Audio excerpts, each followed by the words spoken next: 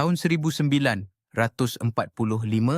tentera Soviet jumpa makmal rahsia Jepun yang simpan eksperimen paling ngeri dalam sejarah. Unit 731, nama kod untuk program senjata biologi yang korbankan lebih 200,000 nyawa manusia. Mangsa dipanggil Maruta atau kayu balak, dilayan bukan sebagai manusia, tapi bahan eksperimen semata. Mereka diuji dengan penyakit maut, dibekukan hidup-hidup, dibedah tanpa bias untuk kajian perubatan. Yang paling mengejutkan, Amerika Syarikat beri kebebasan kepada semua saintis Unit 730 satu selepas perang tamat.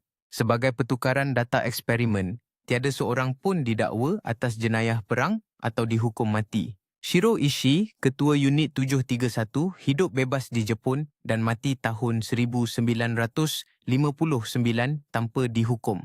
Hingga kini, kerajaan Jepun masih enggan mengaku secara rasmi kekejaman Unit 731 kepada dunia. Adakah keadilan pernah ditegakkan untuk mangsa Unit 731 atau sejarah kelam ini terus dilupakan?